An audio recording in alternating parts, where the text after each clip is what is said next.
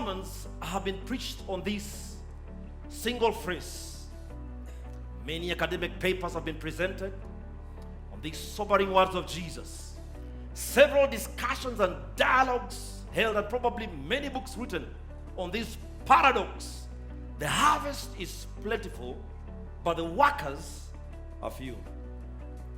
Just in case you're wondering, where is this paradox? Consider this. The very idea of a harvest presupposes preparation, right? It's given that a harvest does not creep on someone unexpectedly, it is common to actually prepare for harvest, just as much as we prepare for planting seasons. So to find yourself at harvest season without sufficient hands is somewhat of a paradox. A rich harvest with a depleted workforce, that's a paradox. A bumper harvest but insufficient human resource, that's a paradox. Can you imagine a situation where in your local church you had an avalanche of tithes and offerings that you even lacked sufficient ushers to pick it in? May it happen, Bishop says. That would be a paradox, I know. Or too much tax for the revenue authority to actually collect. Or too much water flowing in our pipes that the Nairobi Water and Sewerage Company has no clue what to do with this precious resource. I can hear some of you saying, never, that can never happen here in Nairobi. Now you agree with me that that's a paradox. Now the main thought I would like to share with us from my message, The Productive Harvester, is that the problem presented in this paradox is never with the harvest, but with the harvesters. The problem in this paradox is never a problem of the harvest, but the harvesters. Pay attention to these words.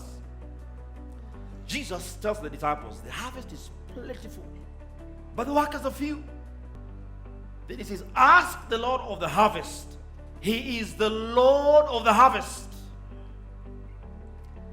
therefore, to send out workers into his harvest field. He owns the harvest. He owns the harvest field. I like the way it's captured in the New Living Translation. He said to his disciples, the harvest is great, but the workers are few. So pray to the Lord who is in charge of the harvest. Ask him to send more workers into his fields. He owns the harvest. He owns the fields. The problem is never with the harvest, because the Lord is the Lord of the harvest. He owns it. It does not belong to a denomination. It does not belong to some parachurch organization somewhere. It does not belong to some bishop somewhere, some pastor. It is the Lord's harvest. It belongs to him. A couple of years ago, our presiding bishop sent me on an assignment. Part of the brief was that some Christian leaders were gathering somewhere on the face of this earth, and they were meeting to discuss CITAM. Their concern was that CITAM had encroached into their territory, and so they were meeting to discuss, and they were going to discuss as ex parte without us being present. And so the presiding bishop was concerned, and he said, Kuchio, could you please travel down to that meeting and represent me and represent us? And so I took some time to pray, and I traveled down to this corner of the globe. In attendance were some highly placed bishops, and their concern was that CITAM had encroached into their territory. I was very, very disappointed that someone could actually sit somewhere and be persuaded that they own the harvest field. That by CITAM going to lend a hand in doing ministry, CITAM was actually encroaching into their territory. I came back from that meeting disappointed. I said, wow, what high-class nonsense is this? I came to declare to us, ladies and gentlemen, the harvest is the Lord's. He owns the harvest. It does not belong to some bishop somewhere.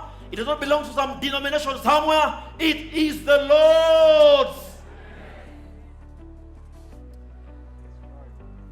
To be territorial is to behave like you own the harvest. But please disabuse yourself.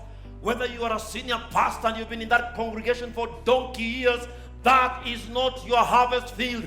The harvest field belongs to the Lord. Some of us think that is your kingdom and you begin to build your own territory. I came to disabuse you of that notion. The harvest is not yours. It is the Lord's.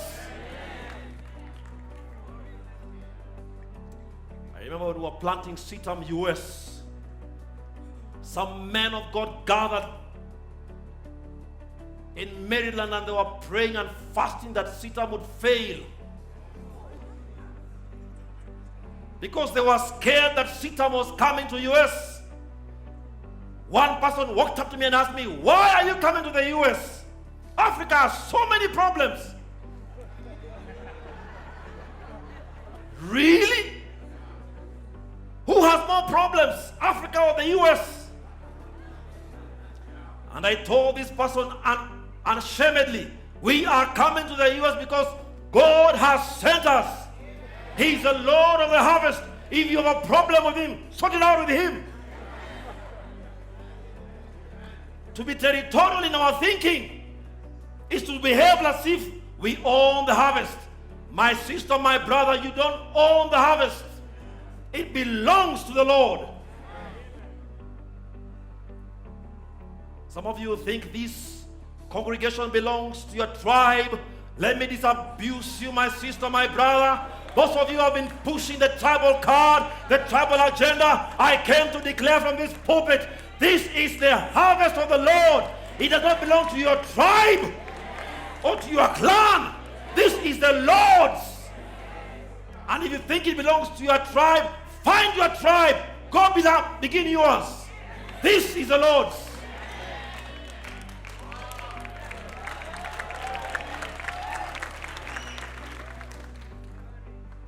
The Lord longs to be the Lord of the harvesters.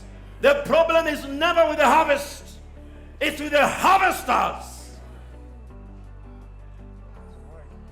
The harvest is sorted.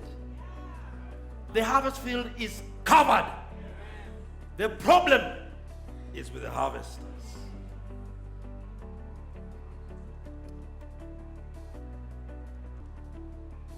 There are three problems we must address that hinder us from being productive harvesters. Three problems that I'll be done. And I'll show you from this text. The first problem is the problem of persuasion. See, our persuasion will determine our level of engagement and distinguish us either as enthusiastic witnesses or reluctant evangelists. Our persuasion will determine our level of engagement and distinguish us as either as enthusiastic witnesses or reluctant evangelists. Are you persuaded that Jesus is the only way to the Father and that without him humanity is lost? Is that your persuasion? If that is your persuasion, you will engage God's mission in a different way, my brother, my sister. You will not be disengaged. Jesus Christ himself declared in John 14 verse 6, I am the way and the truth and the life. No one comes to the Father except through me. I pray that we'll go back to these candid fundamental persuasions. Jesus is the only way. Consider this. All but four of the major world religions are based on mere philosophical propositions. Of the four that are based on personalities rather than philosophies, only Christianity claims an empty tomb for its founder. You see, in 1900 BC, Judaism's father Abraham died and he was no more. In 483 BC, Buddhist writings say Buddha died and he was no more. In June 632 AD, Islam's Prophet Muhammad died and he was no more. In 33 AD, Jesus died, but he rose again 3 days later, appearing to over 500 people over a period of 40 days, proving that he was alive. Jesus is the only way. And humanity is lost without him. They may smell good, they may talk good, they may dress good, but if they don't have Christ, they are lost. That is Bible. Are you persuaded that Jesus is the only way? Are you persuaded that there is no other God but Jehovah who deserves to be worshipped? Are you persuaded that anything and everything that competes with our allegiance to God is an idol and therefore must never be worshipped? See, Isaiah said in Isaiah 45 verse 5, I am the Lord and there is no other. Apart from me, there is no God. Amen. That must be our persuasion. Very basic. And if that is our persuasion, we will engage God's mission. We'll engage our Father, the missionary God, in a different way. This was the persuasion that drove Paul. In Acts chapter 17, verse 23, when he declared, for as I walked around and looked carefully at your objects of worship, I even found an altar with this inscription, no, to an unknown God. Now what you worship as something unknown, I am going to proclaim to you. On Mars Hill, there was a conviction that was driving Paul, and Paul was persuaded that there is no other God to be worshipped. When that is your persuasion and that is your conviction, it will bring you to platforms that some of them may be very intimidating, but I pray that that will be your conviction as well. Are you persuaded that there is no other day other than today by which we must be saved? Are you persuaded that there is no other day other than today by which we must be saved? See, the Apostle Paul writes to the church in Corinth and says in 2 Corinthians chapter 6 verse 2, in the time of my favor I heard you, and in the day of salvation I helped you. I tell you, now is a time of God's favor. Now is a day of salvation. Is that your conviction? Is that your persuasion? If that truly is your persuasion, you will not postpone an opportunity to share God's word. You will seize every opportunity that comes your way to be a witness.